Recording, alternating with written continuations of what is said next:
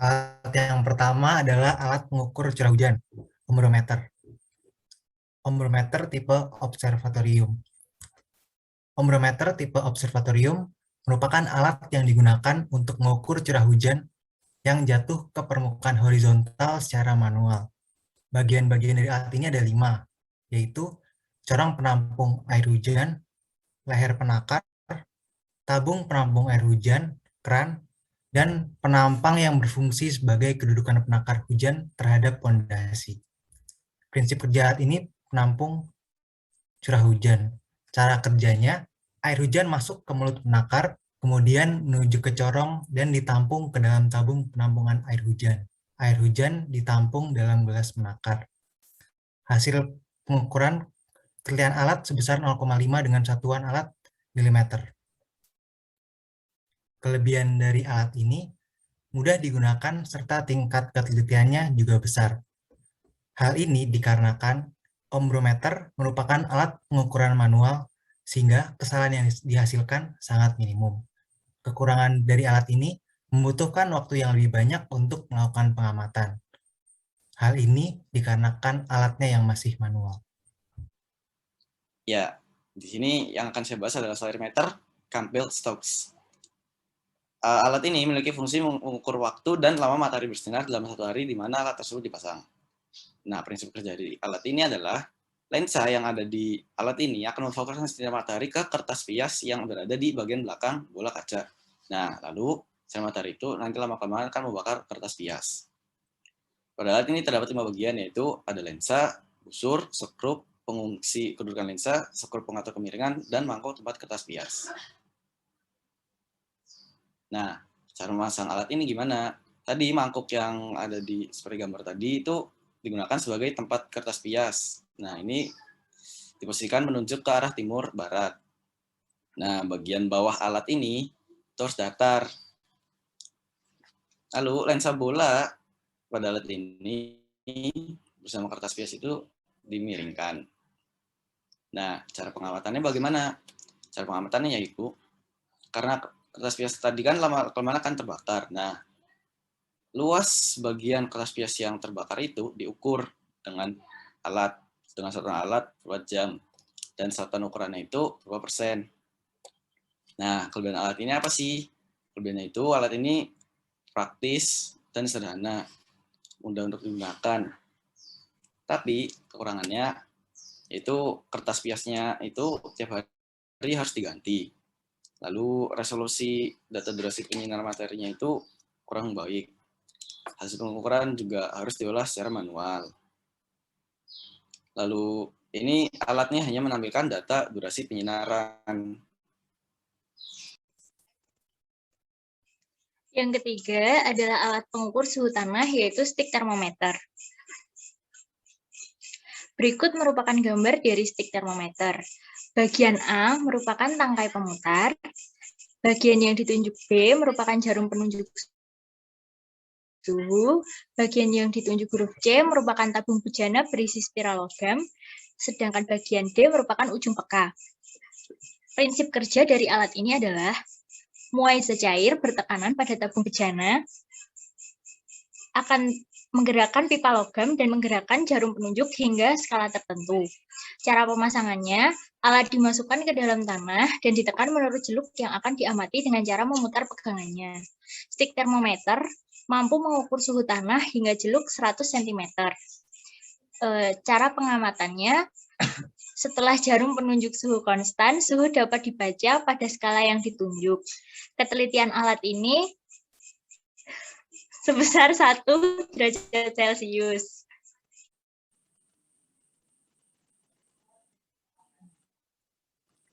Oke, untuk alat selanjutnya yaitu alat pengukur kelembapan udara, yaitu sling psikometer. Sling psikometer sendiri merupakan sebuah alat yang digunakan untuk mengukur kelembapan relatif udara. Alat ini mempunyai 2 termometer. Berdasarkan gambar dapat diketahui bahwa ada 3 bagian sling psikometer. Pada bagian A yaitu termometer bola kering, pada bagian B yaitu termometer bola basah, dan pada bagian C yaitu pegangan. Prinsip kerja pada sling psikometer yaitu menggunakan hukum termodinamika. Hasil pengukuran alat ini dinyatakan dalam satuan alat derajat Celcius dan satuan pengukuran persen dengan ketelitian alat 0,2 derajat Celcius. Cara kerjanya yaitu dengan memegang gagang sling lalu diputar searah jarum jam selama 30 detik. Kemudian termometer akan menunjukkan basah kering. Selisih antara keduanya akan menentukan kelembapan.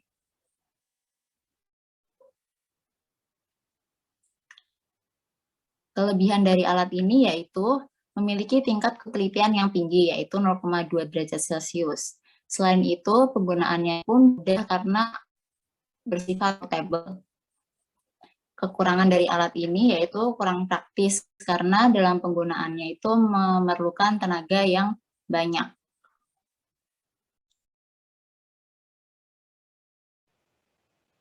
Dan selanjutnya adalah alat pengukur kelembapan udara.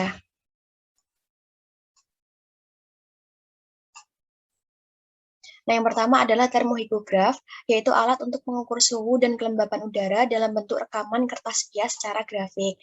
Kemudian di gambar pojok kanan ini adalah bagian dari termohigograf. Yang pertama ada bimetal di bagian A, kemudian B ada rambut ekor kuda, kemudian yang C ada sistem tuas higograf, kemudian di bagian D ada sistem tuas termograf, yang bagian E ada penera grafik, dan bagian F-nya ada silinder kertas grafik. Kemudian di gambar pojok kanan atas ini merupakan hasil dari grafik termohigograf yang menunjukkan nanti hasilnya adalah derajat Celcius persen. Kemudian untuk prinsip kerjanya, yang pertama adalah termometer menggunakan muai dui logam, yang kedua adalah higrometer menggunakan prinsip higroskopis rambut, dan cara kerjanya yang pertama adalah sensor suhu terbuat dari logam. Nah, bila udara panas, logam akan memuai dan menggerakkan pena ke atas. Namun, jika udara dingin, maka akan mengkerut dan menggerakkan pena turun. Kemudian yang kedua adalah sensor kelembapan udara yang terbuat dari rambut. Bila udara basah, rambut akan memanjang, dan bila udara kering, maka rambut akan memendek. Dan kelebihannya yaitu ketelitiannya cukup tinggi, dan kekurangannya adalah mengganti kertas grafik secara rutin, yaitu seminggu sekali. Oke, alat selanjutnya adalah alat pengukur kecepatan angin atau yang biasa disebut cup anemometer. Nah, jadi cup anemometer atau anemometer tipe mangkok adalah alat yang digunakan untuk mengukur laju angin dengan 3 atau 4 buah cup sebagai sensor yang dihubungkan oleh lengan ke counter. Nah, selanjutnya adalah bagian-bagian alat di mana menjadi 3 bagian, yaitu yang pertama adalah 3 buah mangkok sebagai baling-baling yang dibatasi sudut 123 derajat, yang di bawahnya adalah counter atau alat penghitung kecepatan anginnya, dan yang di bawah lagi ada tiang penyangganya. Nah, selanjutnya adalah cara dan prinsip kerja. Nah, prinsip kerjanya sendiri yaitu angin bertiup maka rotor berputar ke arah tetap disebabkan karena seluruh kap menghadap ke satu arah melingkar. Nah, untuk cara kerjanya sendiri ada 3, yaitu pertama mangkok baling-baling akan berputar terdorong sesuai dengan arah angin. Yang kedua adalah putaran tersebut diteruskan ke counter dalam periode waktu tertentu sesuai keinginan. Dan juga yang ketiga adalah data yang diperoleh counter dapat dinyatakan dalam meter per second, kilometer per jam, mil per jam, atau knots. Nah, selanjutnya lagi ada kelebihan dan kekurangan dari alat anemometer sendiri. Kelebihannya adalah ketelitian alat yang tinggi, yaitu 0,5 meter per second. Dan yang kedua adalah dapat menghemat waktu karena counter dapat menghitung kecepatan angin secara langsung. Nah, kekurangannya sendiri adalah karena mengukur kecepatan angin secara sesaat, jadi tidak dapat mengukur kecepatan angin secara periode yang lama gitu. Oke, selanjutnya itu ada alat pengukur intensitas penyinaran matahari atau nama alatnya itu aktinograf di logam. Aktinograf di logam juga dikenal sebagai aktinograf di metal karena menggunakan dua logam, yang merupakan alat yang digunakan untuk mengukur intensitas penyinaran matahari atau jumlah energi radiasi matahari ke bumi dengan satuan kalori per cm kuadrat per waktu. Nah, ini merupakan bagian-bagian dari alat aktinograf. Dari gambar dapat dilihat itu ada A sampai E. Yang A itu merupakan lempeng logam warna putih, sedangkan yang B itu adalah lempeng logam warna hitam, yang C di bagian atas itu ada lempeng kaca Pyrex, yang D itu ada pena, sedangkan yang E itu silinder kertas grafik. Nah, ini gambar secara nyatanya itu ada penutupnya, jadi kalau misalnya penutupnya dibuka, teman-teman bakal lihat seperti gambar yang pertama tadi. Di situ ada, di tutupnya itu ada bola, itu namanya lempeng kaca Pirex, sedangkan yang di bagian dalamnya itu ada logam warna putih dan logam warna hitam, itu yang kita kenal sebagai logam putih dan logam hitam. Lalu ada pena dan juga silinder kertas grafik. Prinsip dari alat ini adalah beda muai logam putih dan hitam. Lalu cara kerja gimana? Yang pertama, nanti radiasi matahari akan diterima oleh aktinograf. Lalu akan terjadi dua peristiwa. Yang pertama, panas satu radiasi itu akan mengenai logam putih lalu dipantulkan. Lalu yang kedua, panas satu radiasi itu akan diserap oleh logam hitam. Perbedaan kedua peristiwa ini akan menyebabkan perbedaan panjang muai kedua logam. Perbedaan muai ini yang menunjukkan besar dari intensitas dari radiasi matahari. Perbedaan muai yang ditangkap oleh sensor akan disampaikan secara mekanis ke pena penulis. Makanya alat ini bisa dikatakan otomatis karena pengukuran datanya itu udah otomatis langsung tanpa perlu dihitung secara manual. Lalu apa sih hasil pengukurannya? Hasil pengukuran dari aktinograf tentu saja berupa grafik, yang dimana jumlah luas grafik itu nanti akan sama dengan intensitas dari radiasi matahari dalam sehari. Teman-teman bisa lihat dari gambar yang di sebelah. Nanti luas dari grafik itu akan dihitung dengan bantuan palmeter dalam satuan kalori per cm² per waktu.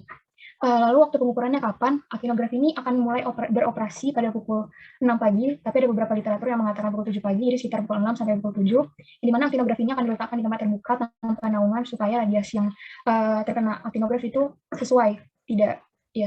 Lalu nanti aktinograf ini akan diakhiri operasinya pada pukul 18.00 waktu setempat. Nanti hasil grafiknya itu akan diambil oleh operator lalu diganti dengan yang baru. Apa sih kelemahannya? Untuk kelebihannya, seperti yang saya bilang di awal, kalau pencatatan otomatis ini tercatat otomatis pada grafik, lalu yang kedua mudah dijinjing, dan juga alat ini tidak mahal. Sedangkan kelemahannya, aktinograf itu hanya bisa merekam intensitas gelombang matahari pendek, jadi nggak bisa merekam gelombang panjang. Lalu kelemahan yang kedua yaitu pencatatan aktinograf mengalami kelambatan sekitar 5 menit dengan nilai kesalahan sekitar 10-15%. Terima kasih. Prinsip dari alat ini adalah pengukuran selisih tinggi permukaan air. Satuan dasar dari alat ini adalah milimeter. Salah satu kelebihan dari alat ini adalah ketelitiannya yang mencapai 0,02 mm sehingga banyak digunakan. Air dalam panci mengibaratkan jumlah penguapan udara yang terjadi dalam area 1 meter kuadrat. Evaporimeter adalah alat yang mengukur kadar penguapan yang terjadi selama 24 jam, sehingga pengamatan penguapan dilakukan 1 kali sehari, biasanya dimulai pada pukul 7 pagi.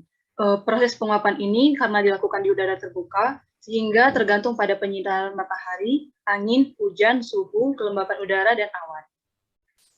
Bagian-bagian dari alat ini, yang pertama ada panci bundar besar yang berdiameter 121 cm dengan tinggi 25 cm. Yang kedua ada steel well, yaitu bejana logam yang berbentuk silinder dan mempunyai 3 buah kaki. Yang ketiga yaitu hook gauge, yaitu alat untuk mengukur perubahan tinggi permukaan air dalam panci. Yang selanjutnya ada floating thermometer atau termometer apung, mengukur suhu maksimum dan minimum air pada panci. Setelah itu ada cup counter anemometer untuk mengukur hembusan angin rata-rata selama 24 jam. Dan yang terakhir ada penakar hujan jenis OPS untuk mencatat curah hujan yang terjadi selama 24 jam. Cara kerja dari alat ini, yang pertama, pasang hook gauge di atas bejana steel well. Yang kedua, putar skrup pengatur pada hook gauge sampai ujung jarum tepat pada permukaan air. Satu putaran pada ujung jarum tersebut mencatat perubahan setinggi 1 mm. Angkat ujung jarum, baca, serta catat angka yang ditunjukkan skala atau mikrometer. Yang keempat, ketinggian permukaan air di dalam panci diukur pada awal periode waktu pengamatan dan akhir periode waktu tersebut.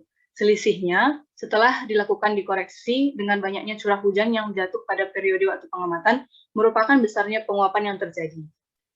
Yang langkah selanjutnya, esok harinya, lakukan pengamatan seperti langkah 1 hingga 4, dan hasil keduanya tersebut merupakan jumlah penguapan yang terjadi dalam waktu 24 jam.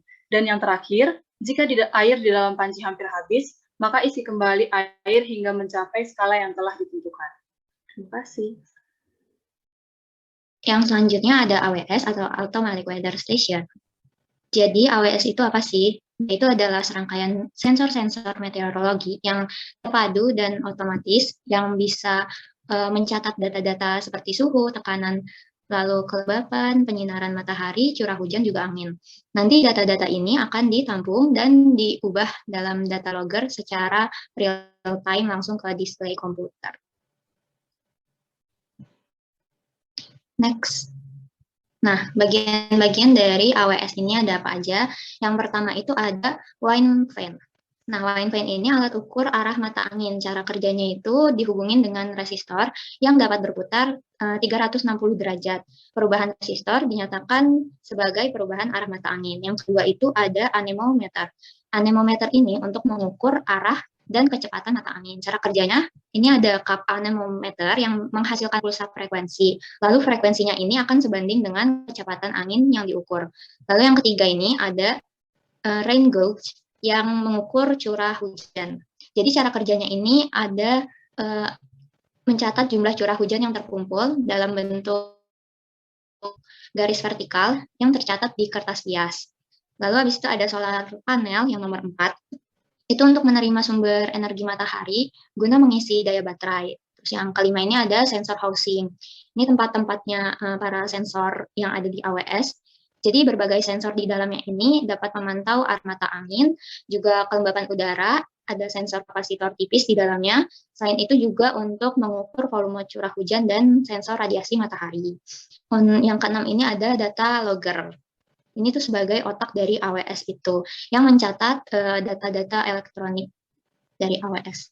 Next, lebih lanjut kita bakal lihat isi dari data logger ini. Yang pertama itu ada GPS receiver. Nah, ini gunanya untuk sinkronisasi waktu dan lokasi. Yang kedua itu ada charge controller yang nge-supply energi dari solar panel, lalu habis itu dihubungkan ke yang nomor 3, itu ada baterainya untuk penyimpanan daya, habis itu ke nomor 4. Di atas ini ada terminal block